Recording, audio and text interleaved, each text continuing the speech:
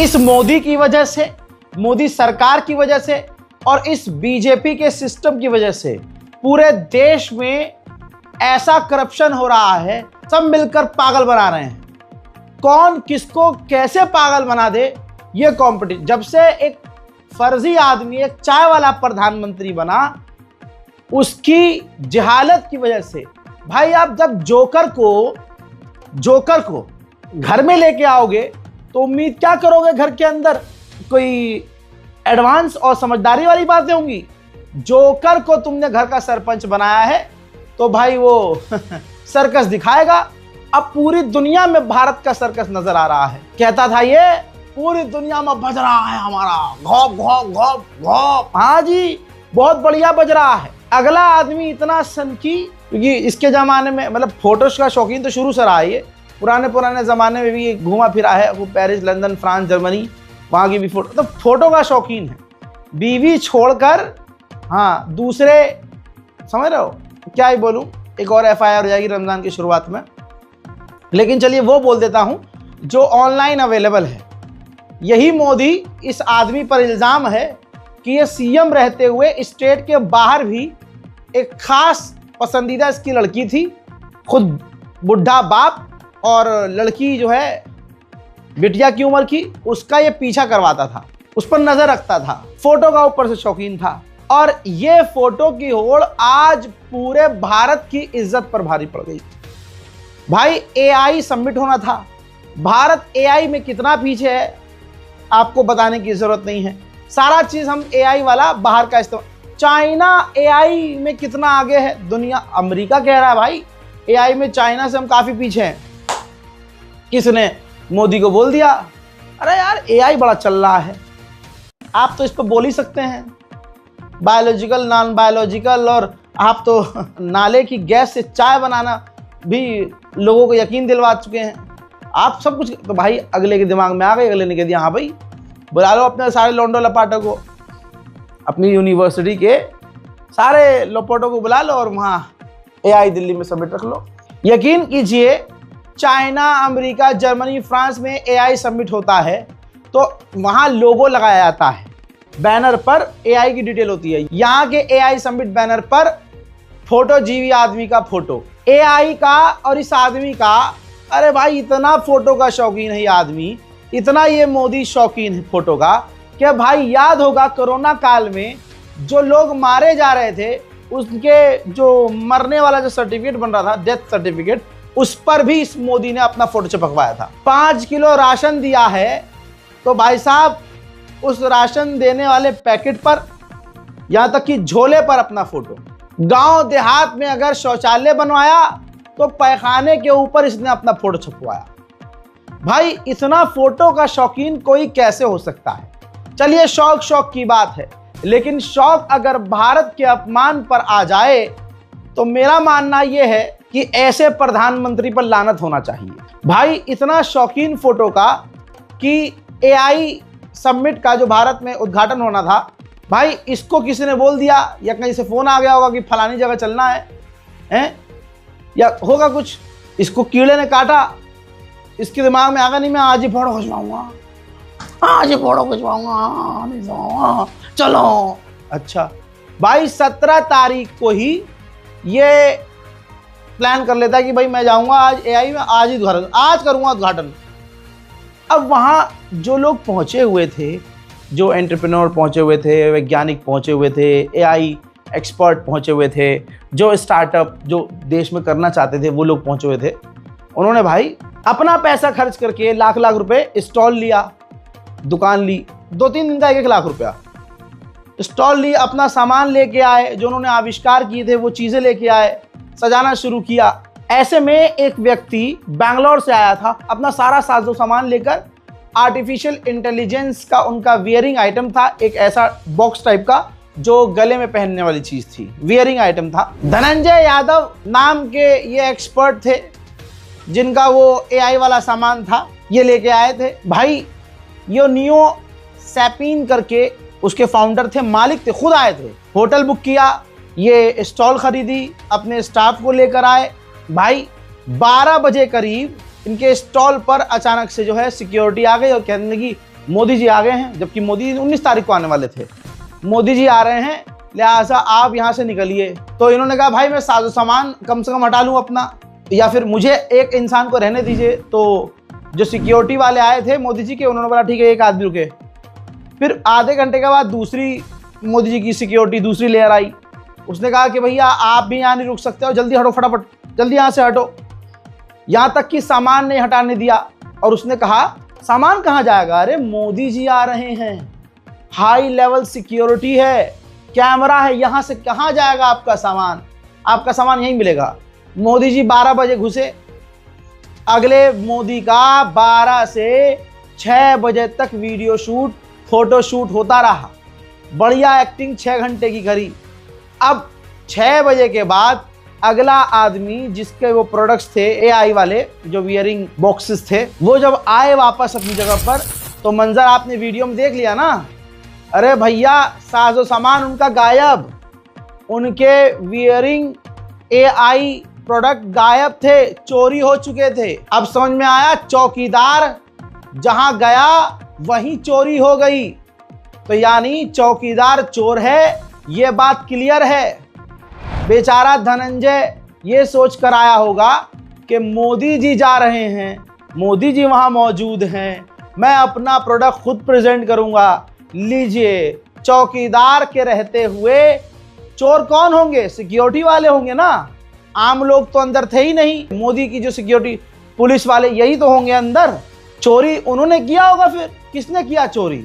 ये है हमारे भारत में एआई समिट का हाल। इतना ही नहीं, दूसरे वहां एक्सपर्ट बता रहे हैं कि आप सोचिए कर किसी कोई फंक्शन में जाता है, एआई समिट में जाता है, तो इतना गंदा सिस्टम था दिल्ली, राजधानी दिल्ली में, कि अगर आप कार से आए हैं तो आप अंदर उस एआई समिट में चाबी लेके नहीं जा सकते। चाबी तो कार की चाबी आप बाहर फेंक के जाओ और अपनी कार में आग लगा के जाओ। दूसरा, और क्या लेके नहीं जा सकते अंदर, बैग लेके नहीं जा सकते। अरे भाई अगर बैग लेके नहीं जाएंगे तो खरीदेंगे क्या और डालेंगे क्या बैग में। अजी सब छोड़िए, ये मोदी और आदमी भी फर्जी और उसकी नीतियां भी फर्जी, हालत इतनी बुरी। बात कर रहे हैं एआई की, सबमिट है एआई का, प्रेजेंटेशन है एआई की, और जहां डिजिटल इंडिया को प्रमोट करना था वहां पर भाई ये कैश से चल रहे थे। पता है आपको भाई, no Paytm, no UPI, no Google Pay, no PhonePe, भाई सिर्फ कैश लाओ, कैश में सामान खरीदो और निकलो। ये हुआ है भारत के मोदी के नीचे ये जो एआई सबमिट किया गया, ये सिर्फ नाम के लिए किया गया था। मोदी को चाहिए था कुछ ना कुछ करूं मैं। अगला आदमी सो के उठता सोचता आज कहाँ खर्चा करूं, आज कहाँ फोटो खिंचाऊं। किसी ने बता दिया था कि एआई नाम की चीज है, उसका सबमिट होता है, करो, लेकिन बेड़ा गर्क हो गया। ये तो एक छोटी सी बात थी, लेकिन अंतर्राष्ट्रीय लेवल की बेइज्जती भारत की कहां हुई। पूरी दुनिया में भारत का अपमान कैसे हुआ।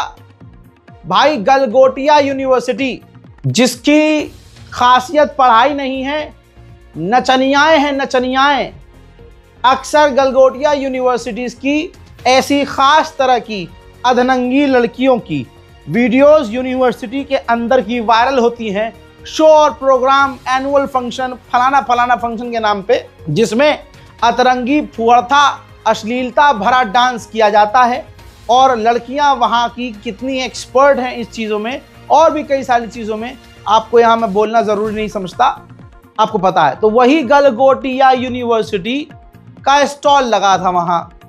अब गलगोटिया यूनिवर्सिटी ने किस तरह से पूरे दुनिया को चू बनाने की कोशिश की, और ये भी नहीं सोचा कि इतना बड़ा समिट हो रहा है, हम जो दिखाएंगे, जो बोलेंगे, इंटरनेशनल मीडिया में जाएगा और सारी दुनिया देखेगी, और इस एआई समिट में दुनिया की नजर होगी। भाई गलगोटिया यूनिवर्सिटी ने क्या खेल किया, वहां पर अपना एक रोबोट दिखाया जिसमें दुनिया हैरान हो गई।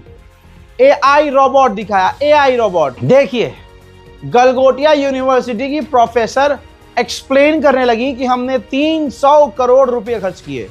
भाई 300 करोड़, फिर से याद दिला रहा हूं, इन्होंने कहा 300 करोड़ रुपए खर्च किए और हमने ये AI रोबोट बनाया। और इसको आप देखिए डीडी नेशनल ने कवर किया, और डीडी नेशनल ने जो मोदी मीडिया, गोदी मीडिया का इस वक्त का टॉप का न्यूज चैनल है, और मोदी के अलावा इस डीडी न्यूज पर कुछ नहीं होता है। इसने ऊपर से नीचे और पीछे तक का जोर लगाकर खूब तारीफें की। चंद लफ्ज इसके सुनिए और जुमलों को, यानी जो स्टेटमेंट ये महिला दे रही है उस पर ध्यान दीजिएगा। Cute little robot that's waving. Yes. That's the kind of technology that India is currently developing, and at the AI Summit, these are some of the crucial things that you get to see. It's quite cute, it's quite heartwarming, and I have with me Professor Neha Singh. Hello, hi. Hi, how are you? I am good and welcome to the pavilion. Okay, Neha, I wanted to ask you, we see all this new technology happening here.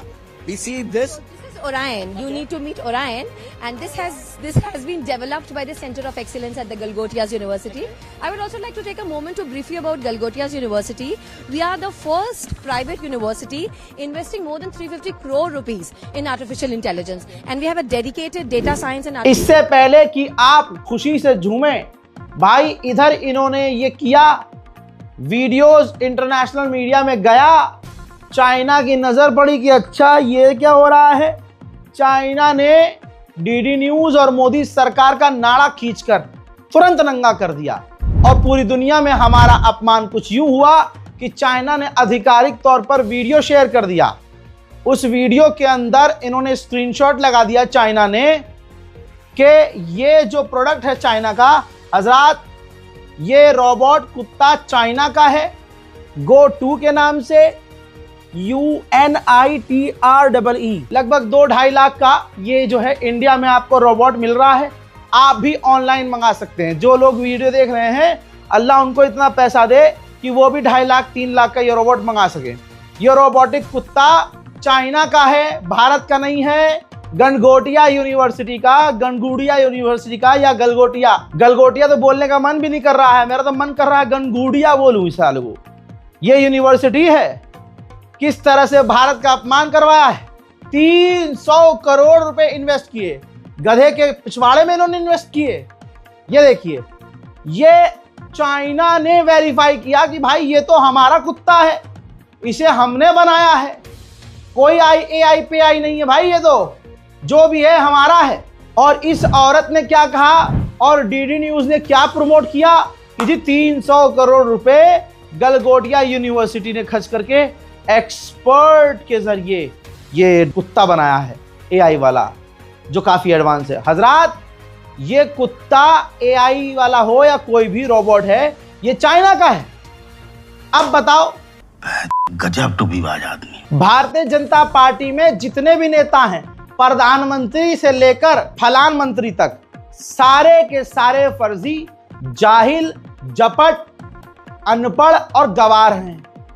उनको पता है उनकी औकात कुछ नहीं करने की है। भारत में कुछ किया तो है नहीं, इन्होंने स्टेट के नाम बदल दिया। हमने जी फलाने का, ये देखो हमने तो खानपुर का नाम बदल के रामपुर कर दिया, ये देखो विकास। ओ अच्छा, इनकी औकात सिर्फ इतनी है, इनकी औकात ये यही कर सकते हैं।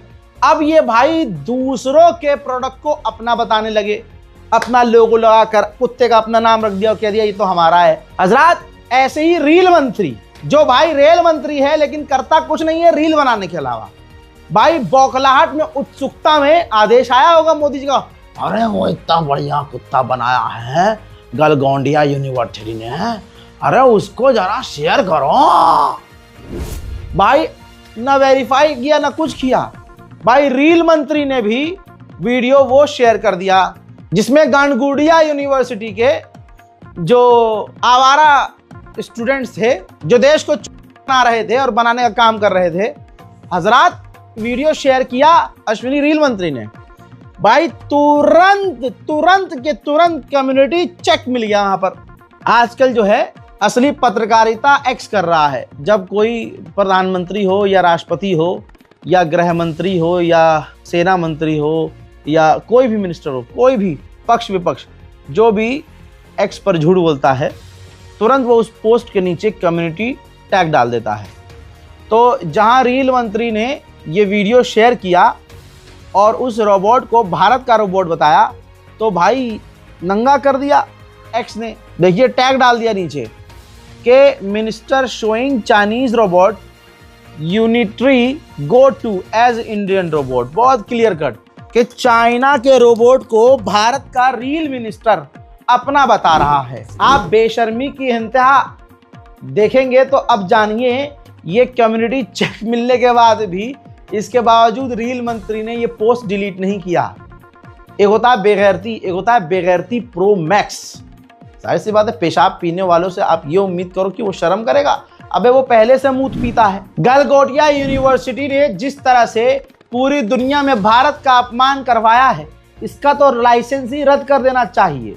सवाल यह है कि इसको फंड करता कौन है, सवाल यह है कि कौन से नेता और कौन सी पार्टी इसके समर्थन में है और गलगोटिया यूनिवर्सिटी को सपोर्ट करते हैं। तो दोस्तों जैसा बीज होगा, ये रही तस्वीर, बीज की तस्वीर देख लो, जैसा बीज होगा वैसे ही तो फसल उगेगी।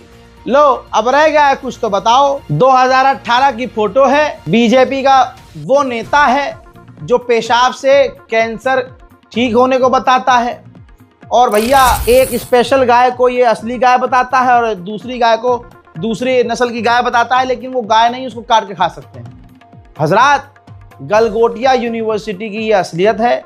होना ये चाहिए कि जो भी गलगोटिया यूनिवर्सिटी का छात्र है उसको पकड़कर अच्छे से जलील करना चाहिए वीडियो दिखा के, और उससे पूछना चाहिए 300 करोड़ रुपए तुम्हारे पास साले आए कहां से। और 300 करोड़ रुपए अगर तुमने लिए थे उसमें से सिर्फ 2.5 लाख का तुमने एक चाइना का रोबोट खरीद लिया, तो बाकी के पैसे कौन से घुसाए तुमने, निकालो। अब आइए खास समुदाय का दोगलापन दिखाता हूं। वो खास समुदाय, वो बहुसंख्यक कितने दोगले और कितने गंदे और कितने नाली के कीड़े हैं और कितने गलीज और कितने घटिया किस्म के हैं। इनकी असल नस्ल सब दोगली है। जो संस्कारी कल तक बिलबिला रहे थे क्या ना बांग्लादेश पर हमला कर दो मोदी जी, बांग्लादेश के हिंदुओं के ऊपर बोलो मोदी जी, मोदी जी हाँ। औकात दिखाऊं मोदी और उनके रोने वालों की, जो कह रहे थे अरे बहुत जुल्म हो रहा है। जो बांग्लादेश के खिलाड़ी के भारत में खेले जाने पर शाहरुख खान को गालियां बक रहे थे, उन सबकी औकात आपके सबसे गंदे पेशाब से भी बुरी है। बदबूदार पेशाब। कैसे? अपने बाप को रोक कर दिखाओ। दोस्तों इनका बाप पहुंचा है, जी हां, आरएसएस का और भारत के संसद का जो स्पीकर है वो पहुंच गया है भाई बांग्लादेश। ये रही तस्वीर। भाई स्पीकर ओम बिरला तारिक सरकार के शपथ ग्रहण में शामिल हैं। अब तक सोचिए, कल तक ये कहानी थी कि शाकिब अल हसन के आईपीएल खेलने से हिंदुओं की भावना आहत हो रही थी। तमाम धर्मगुरुओं ने मोर्चा खोल लिया था, शाहरुख खान को गाली दी जा रही थी। अब वो इसका विरोध करने की हिम्मत करेंगे या किसी सुअर का लहंडा खाकर मुंह में पेशाब से लहंडा हलक के नीचे उतार कर चुप हो जाएंगे? भाई ऐसे बहुत सारे बलकारी बाबा, अय्याश आवारा बाबा, जिनका काम सिर्फ जो है लोगों को बेवकूफ बनाकर चल रहा था, भाई ऐसे सारे बाबा अभी कुछ दिन पहले तक बहुत फुदक रहे थे कि हम शाहरुख खान का गला काट देंगे, शाहरुख खान का जो सर काट के लाएगा हम उसको लाख रुपये देंगे। अबे सुअरो, ये है तुम्हारी औकात।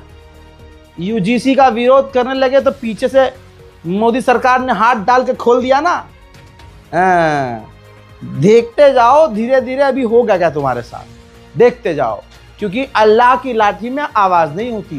करो तुम और इस तरह से जुल्म मुसलमानों पर, करो कश्मीरी मुसलमानों पर जुल्म, करो तुम दलित समुदाय पर जुल्म, करो तुम ईसाइयों पर जुल्म, जितना भी जुल्म तुम कर लो, एक दिन हाथ डाल के पिछवाड़े से हाथ खोला जाएगा और तुम चीख भी नहीं पाओगे। भैया यही नहीं, जो पेशाब पीने वाले कल तक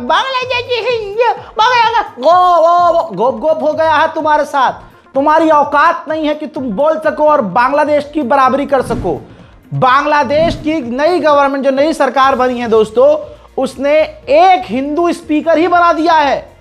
जी हां, एक हिंदू स्पीकर जिसका नाम निताई रॉय चौधरी है और 2 सांसद मेंबर ऑफ पार्लियामेंट चुने हैं। जो रेलवे मिनिस्टर है बांग्लादेश का वो हिंदू है, गोएश्वर चंद्र रॉय, और दूसरा जो हिंदू मिनिस्टर है वो चित्रागोंग हिल ट्रैक अफेयर का दीपेन दीवान। अब मैं भजपिल्लों से जो भाव भाव करते रहते हैं हमेशा, उनसे उनकी औकात का वास्ता देके पूछता हूं, तुम अपने बाप से पूछ के दिखाओ कि 12 साल में बीजेपी ने एक भी मेंबर ऑफ पार्लियामेंट चुना है तो गोप गोप गोप। यह है तुम्हारी असलियत, यह है तुम्हारी औकात, बस यहीं तक हो तुम। मेरे दोस्तों अब वक्त है आगे बढ़ने का। दोस्तों मैं क्या कहूं, एक खास समुदाय को दिमाग में रखिएगा कि वो कितना दोगला है। भाई एक लड़की मऊ गई अपना कोई एग्जाम देने के लिए और वो वहां से लौटने लगी वापस, तो भाई वो वापस लौटने लगी गोरखपुर देवरिया, तो राहुल कुमार ऊंची जात का आया जो टीटी था। वो लड़की असल में उसके पास जल्दबाजी में टिकट नहीं था, तो वो एसी कोच में चढ़ गई। तो भाई उस टीटी राहुल कुमार ने एनसीसी की स्टूडेंट जो 22 साल की थी, उसको वो ये बोलता है कि भैया मैं आपको टिकट दूंगा और आपको जो है सीट भी दूंगा, चलिए आप मेरे साथ फर्स्ट एसी में।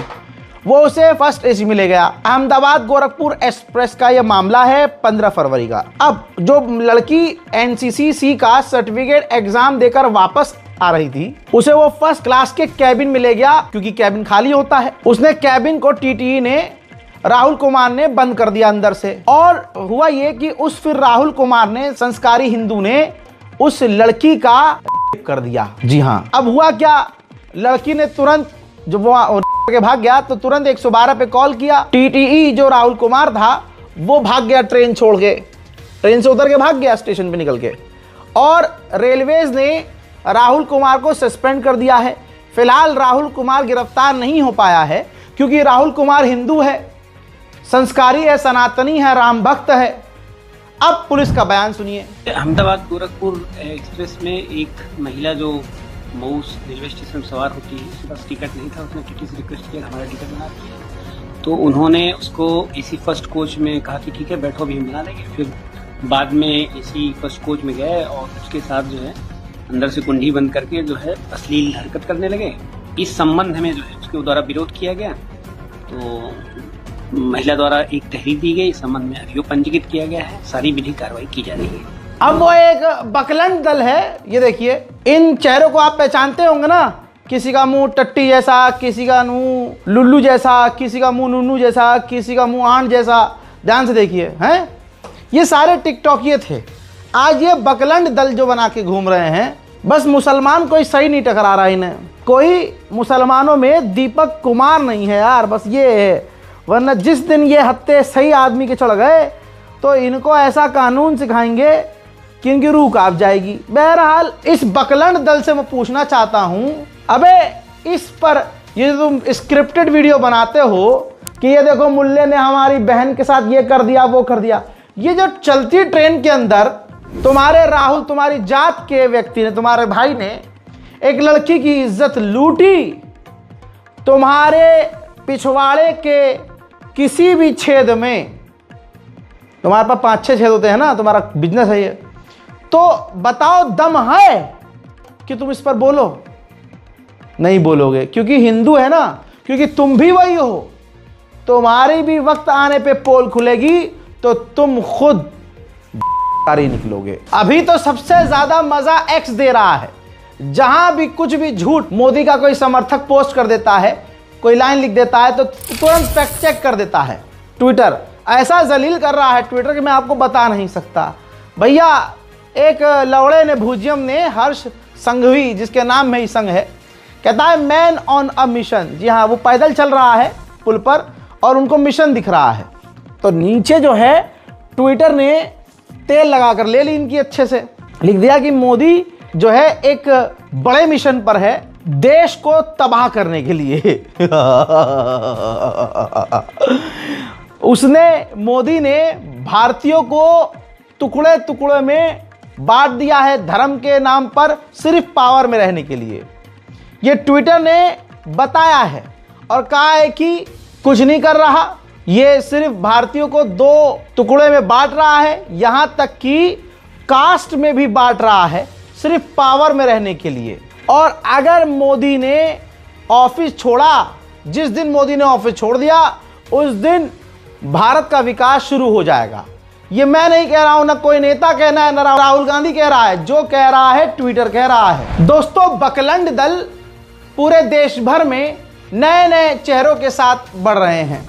भाई, अब इनका धर्म इतना कमजोर है कि इनकी आत्मा इस चीज से भी आहत हो जाती है कि अरे यार, खुले में ये लड़कियों की चड्डी बनियान क्यों बेची जा रही है।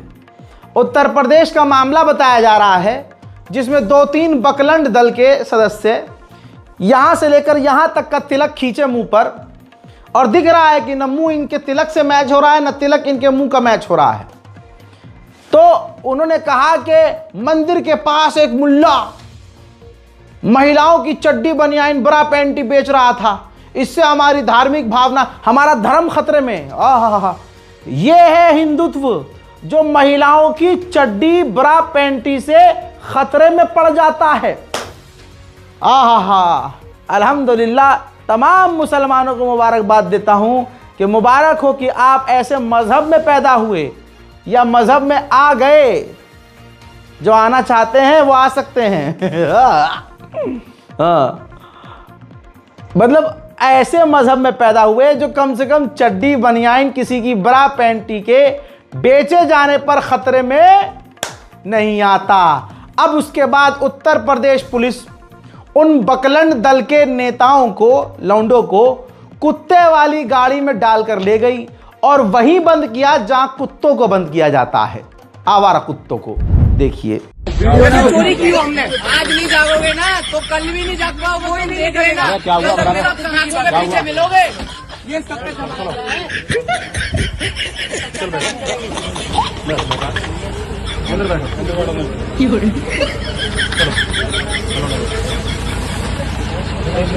इधर ही बैठते तुम भाई, अकेले बैठते तुम, इधर बैठते यार। सचिन भाई, जय श्री राम भैया। ये जो जेल मुझे कराई जा रही है, एकमात्र खेरेश्वर मंदिर पर महिलाओं के चड्डी बनियान देख रहा था मुल्ला, उसको मना कर दिया, जिस वजह से ये जेल में डाला जा रहा है। मैं और मेरा छोटा भाई सुंदर और मेरा भाई छोटा सुमित वाल्मीकि, हम तीनों जेल में जा रहे हैं मात्र इतनी सी बात के लिए। वहीं एक मामला बरेली का आपको याद होगा। भाई, घर के अंदर बिना शोर शराबे के नमाज पढ़ी जा रही थी, कई लोग पढ़ रहे थे, तो घर में घुसपैठ की गई और पुलिस ने FIR करी और कईयों को गिरफ्तार किया और कहा कि नहीं, सामूहिक नमाज आप नहीं पढ़ सकते। आप देख रहे हैं, इस्लाम को किसी से डर नहीं है, लेकिन उनको, उनके मजहब को हर चीज से डर है। अब इस मामले में कानून का डंडा चला है हजरात, और बड़े लेवल पर चढ़ा है। रिपोर्ट आपकी स्क्रीन पर है, न्यूज़ 24 सोर्स है। घर में नमाज पढ़ने से रोकने के मामले में बरेली DM को नोटिस कर दिया गया है। आरोप है कि अफसरों ने मोहम्मदगंज गांव में मुस्लिम समुदाय के कुछ लोगों को निजी घर में सामूहिक नमाज पढ़ने से रोका था। याचिकाकर्ता तारिक खान के खिलाफ किसी भी तरह की जबरदस्ती की कार्रवाई पर रोक लगा दी गई है। हाईकोर्ट ने अगली सुनवाई की तारीख 11 मार्च तय करते हुए दोनों अधिकारियों से जवाब मांगा है। यहाँ पर कोर्ट ने, इलाहाबाद हाई कोर्ट ने फिर भी ईमानदारी नहीं दिखाई।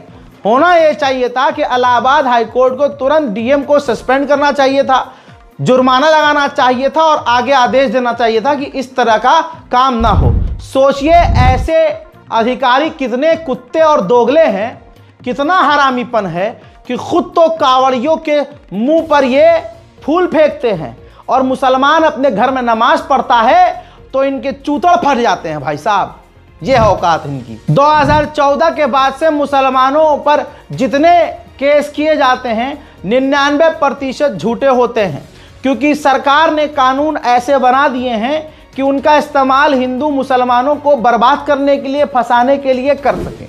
अब मुरादाबाद का एक CCTV फुटेज है जिसकी वजह से अगर ये कैमरा ना होता तो आज एक मुसलमान पूरी तरह से बर्बाद हो चुका था। दोस्तों, खबर यह है कि मुरादाबाद में तलहा नाम का एक मुसलमान युवक जो गरीब है लेकिन जूस चलाता है, ईमानदार है, अच्छा नेचर है और अच्छा सामान रखता है, जिसकी वजह से इनकी दुकान पर हमेशा भीड़ रहती है। पड़ोस के दुकानदार को यह पसंद नहीं आया तो साजिश रच डाली। उसने सफाई कर्मियों को पैसे खिलाए और तलहा की दुकान के सामने डस्टबिन में रखा कचरा फैलवा दिया। फिर स्वच्छ भारत मिशन के तहत गंदगी फैलाने के आरोप लगाए गए। नगर निगम के अफसरों ने नोटिस जारी कर तलहा मियां पर केस करने की धमकी दी और दुकान खाली करवाने का दबाव डालना शुरू कर दिया, मगर तलहा ने दुकान खाली नहीं की। मामला पुलिस तक पहुंच गया। पुलिस ने सीसीटीवी खंगाला तो साजिश का राजपाश हुआ। मुरादाबाद एसपी सिटी ने तलहा से कहा है कि भाई घबराना मत, बेवजह उत्पीड़न नहीं होने दूंगा। मैं तमाम अपने भारतवासियों के द्वारा जो एसपी सिटी हैं, मैं शुक्रिया अदा करना चाहता हूं कि कम से कम उन्होंने यहां ईमानदारी दिखाई, वरना उत्तर प्रदेश पुलिस उल्टा मुसलमानों को फंसा ही देती है। तो आप यहां समझिए कि आज मुसलमान, एक दुकान वाला भी जिसकी दुकान अच्छी चल रही होती है, उसको फंसाने के लिए क्या क्या किया जाता है। हिंदू समुदाय आपको पता है पिछले कई सालों से मुसलमानों का बाइकआउट कर रहा है। अरे अगर मुसलमानों में गैरत है तो सुनो, इस वीडियो को शेयर करना। यहां से मेरी इस बात की क्लिप को काट कर तमाम दुकानदारों तक, मुसलमानों तक शेयर कर देना। भाई जो कश्मीरी मुसलमान हैं, फेरी लगाते हैं, जो शॉल बेचते हैं, या मुसलमान गरीब फेरी वाले, कितने मुसलमान फेरी वालों को पीट पीट कर मारा गया, अभी 1 महीने पुरानी बात नहीं हुई है।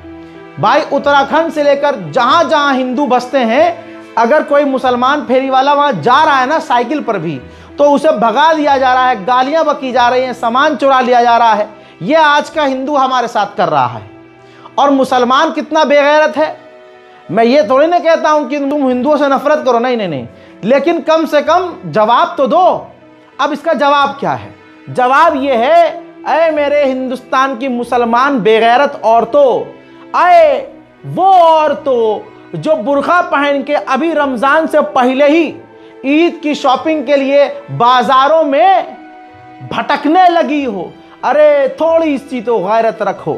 इस बार कुछ यूं करो कि ठीक है, आप हमारा बाइकआउट कर रहे हैं, आपसे हम 20 साल से सामान ले रहे हैं, हम मुसलमान। आप एक मान लीजिए कि फॉर एग्जांपल दिल्ली में कोई दुकान है, ओखला में, सीलमपुर में, जाफराबाद में, सीलमपुर मार्केट ले लीजिए, वहाँ पर बहुत भीड़ होती, बेतहाशा भीड़ होती है।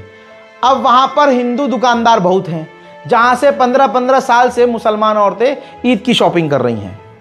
आप वहाँ ना जाइए। अब अगर सामने वाला कहे वो अच्छा है, वो अच्छा इंसान है, बहुत प्यारा इंसान है, वो अच्छा हिंदू है, जेन्युइन हिंदू है, उसके दिल में नफरत नहीं है, ठीक, लेकिन नफरत इसलिए नहीं है क्योंकि वो आपसे कमाता है पैसा। ये भी सच सुन लो आज, ठीक। तो आपको नफरत नहीं करनी है बहनों, आपको नफरत नहीं करनी है। बस कहना यह है कि आपके भाई बजरंग दल वाले, हिंदू संगठन वाले, हम मुसलमान दुकानदारों को पीट रहे हैं, काट रहे हैं, मार दे रहे हैं, और हमारा बाइकआउट करने की बात हिंदू संगठन कर रहा है। हम आपसे सामान कैसे ले लें? हम आपको बहुत पसंद करते हैं, आप हमारे बड़े भाई हैं, हमारा आपसे कोई मसला नहीं है, लेकिन आप अब जाकर अपने संगठनों से कहिए कि आपकी नफरत की वजह से हमारी दुकानें ठप हो रही हैं। तुम्हें वास्ता है इस रमज़ान मुबारक का, ये काम करके देखो। अगर इस रमज़ान में ईद तक मुसलमानों ने इस हिंदू दुकानों का बाइकआउट कर दिया, जिन भी हिंदू दुकानों से सामान आप लेते हैं, खुदा की कसम उनको एहसास हो जाएगा कि हाँ, हम मुसलमानों के साथ क्या कर रहे हैं। मुसलमानों का दर्द उनको तब समझ में आएगा, तब उनको समझ में आएगा कि ये बीजेपी वाले, ये आरएसएस, ये हिंदू संगठन, ये जो भी दल चल रहे हैं, कंजर दल, इनकी वजह से हमें नुकसान अब हो रहा है। वरना ये तमाम हिंदू खामोश क्यों हैं? दबा के सामान बेच रहे हैं, मुसलमान खरीद रहे हैं। भाई ईद बकरीद में सबसे ज़्यादा शॉपिंगें होती हैं। ईद की शॉपिंग, बासी की शॉपिंग, तिवासी की शॉपिंग, रमज़ान की शॉपिंग। नहीं लीजिए हिंदुओं से सामान, साफ कह रहा हूं, खुले में बोल रहा हूं, ओपन बोल रहा हूं। नफरत नहीं है, बहुत प्यार। मेरे सारे दोस्त हिंदू हैं, सारे दोस्त हिंदू हैं, साथ में खाता हूं, पीता हूं, घूमता हूं, फिरता हूं।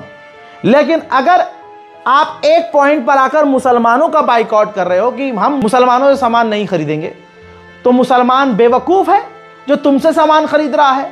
हमें नफरत नहीं फैलानी है, बस हमें सामान नहीं खरीदना आपसे। जी दूर से ही जय श्री राम, सलाम अलैकुम, खुदा हाफिज, पंडित जी। सामान नहीं लेना। बेगैरत किस्म का वो मुसलमान होगा जो आज भी इतने पिटने के बाद, इतने नरसंहार की तैयारी है, मुसलमानों को काट देने की तैयारी है, बाइकआउट हो रहा है, और मुसलमान औरतें जाके हिंदुओं की दुकानों में सामान खरीद रही हैं। बेगैरती है कि नहीं? यह हर मुसलमान का फरीजा होना चाहिए।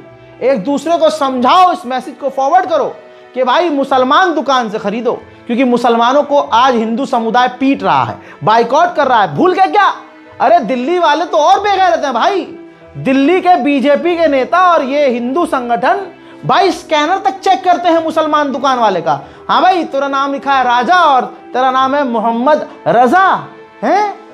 साले तू राजा नाम, हिंदू नाम से दुकान से और मार रहे हैं, पीट रहे हैं, दुकान तोड़ रहे हैं, सील कर रहे हैं, और हम उनकी दुकानों से सामान खरीद रहे हैं। हम कितने बेगैरत होंगे, हम कितने जलील होंगे। आज हमारी हालत इसलिए ऐसी है क्योंकि हम बेगैरत हो चुके हैं, हम डरपोक हो चुके हैं। सच्चाई है ये, बुरा मानो तो मान लो। आज हो सकता है 10% लोग मेरे खिलाफ हो रहा था, भाई ये तुमने बात गलत कही। अबे तुम खुद दोगले हो। भेजते रहो मुसलमान पैगाम, अबे जाके हिंदू हो जाओ, तिलक लगाओ, जय श्री राम बोलो, भारत माता की जय बोलो। हत्थे चढ़ोगे तब भी मारेंगे ये तुम्हें। जिस दिन उनके हत्थे लग गए, कुत्ता बना के मारेंगे तुम्हें, सांस नहीं ले पाओगे। वो इतनी तुमसे नफरत कर रहे हैं। और हमें क्या करना है? सिर्फ मुसलमान दुकान, हमें ही तो पीट रहे हैं, मुसलमान दुकानदारों लोग पीट रहे हैं। तो भाई ठीक है, हम मुसलमान दुकानदार से सामान खरीदेंगे, क्या हो गया? अगर बात करूं दिल्ली की, तो भाई ओखला में जाइए, आप भी देखिए कि कौन सा मुसलमान है, किसकी दुकान मुस्लिम वाली की है, किसकी दुकान मुस्लिम नाम से है, दुकानदार मुस्लिम है, आप वहां से सामान खरीदो। हिंदू समाज बहुत बड़ा है भाई, हम तो सिर्फ 15-20% है, उनके त्यौहार हमसे ज्यादा हैं। हमारे 2-4 त्यौहार आते हैं, हम क्यों खरीदे हिंदुओं से सामान? हम खरीदेंगे भाई साहब मुसलमान दुकान से सामान। मेरी बात जिसको सही लगे सलाम अलैकुम, जिसको समझ में नहीं आ रहा दफाओ, कोई दिक्कत नहीं है। मैं ऐसे बोलूंगा, सच बोलूंगा, अच्छी लग रही है लगो, बुरी लग रही है भाड़ में जाओ। जब तक जबान चल रही है, अल्लाह हिम्मत दे रहा है, मैं बोल रहा हूं, समझा रहा हूं। जिस दिन बंद, नेशनल प्राइम टाइम तो वैसे ही मैंने पूरे महीने से बंद कर दिया था, इसी वजह से कि समझाओ तो समझ में आता नहीं है। भाई भड़काते हो तुम, अच्छा चूतड़ों पे लठ पड़ रहे हैं तुम्हारी। अबे मुसलमानों को गली गली में पीटा जा रहा है भैया। यहां तक की रिपोर्ट है, ये रही रिपोर्ट भाई, क्वाइंट की रिपोर्ट है, आरटीआई से खुलासा हुआ है कि सरकार के ही पैसों से ये हिंदू संगठन जो बाइकआउट की बात करते हैं, ये हिंदू संगठन जो मुसलमानों के नरसंहार की बात अपने प्रोग्राम में, अपनी सभाओं में करते हैं, भारत सरकार ने, इसी मोदी सरकार ने उन संगठनों को पैसा दिया है। वो भी 1 लाख 2 लाख नहीं दोस्तों, बता दूं 63 लाख रुपए। 63, देखिए पहला सोर्स मकतूब मीडिया है, और मकतूब मीडिया ने खुद क्लेम किया है कि ये पूरी रिपोर्ट आ चुकी है। 17 फरवरी 2026 को रिपोर्ट जारी हुई है, जिसके अंदर ये खुलासा हुआ है, द क्वांट की रिपोर्ट है कि जो यूनियन गवर्नमेंट है, जो भारतीय मोदी सरकार है, 63 लाख रुपये सनातन इवेंट्स के लिए, हिंदू महासभा के लिए, हिंदू जो सभाएं होती हैं उसके लिए 63 लाख रुपए दिए। जिन सभाओं में मुसलमानों के नरसंहार की, जिन सभाओं में मुसलमानों के कत्लेआम की, जिन सभाओं में हथियार उठाने की, जिन सभाओं में मुसलमानों को पीटने की, जिन सभाओं में मुसलमानों के बाइकआउट की बातें की गई, उसको सरकार ने फंड किया, सरकार ने पैसा खर्च किया।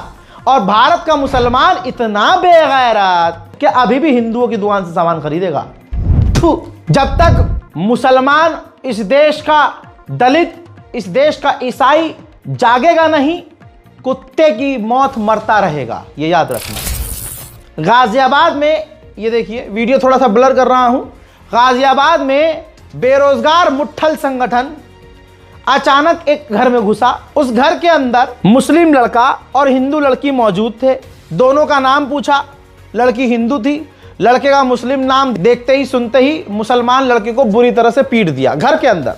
देखिए होटल नहीं था, घर के अंदर था, गैर कानूनी तरीका था, घर के अंदर कोई नहीं घुस सकता, प्रधानमंत्री भी हो वो भी आपके घर के अंदर नहीं घुस सकता। वो अंदर क्या कर रहे थे, वो अलग अलग मजहब से थे, वो बात की बात है। कानून हाथ में लिया खच्चर दल वालों ने और मारा पीटा। उत्तर प्रदेश गाजियाबाद पुलिस एक्टिव हुई, खच्चर दल के कई कार्यकर्ताओं को अब गिरफ्तार कर लिया, लेकिन कब तक? अब तो वो और हीरो बन जाएंगे। देखिए, इसमें जनता को ही आगे आना पड़ेगा। ये 15-20 खच्चर दल के लोग इलाके में जाकर कुछ करते हैं तो वहां की जो आबादी है वो चूड़ी पहन लेती है, हिजड़ा बन जाती है।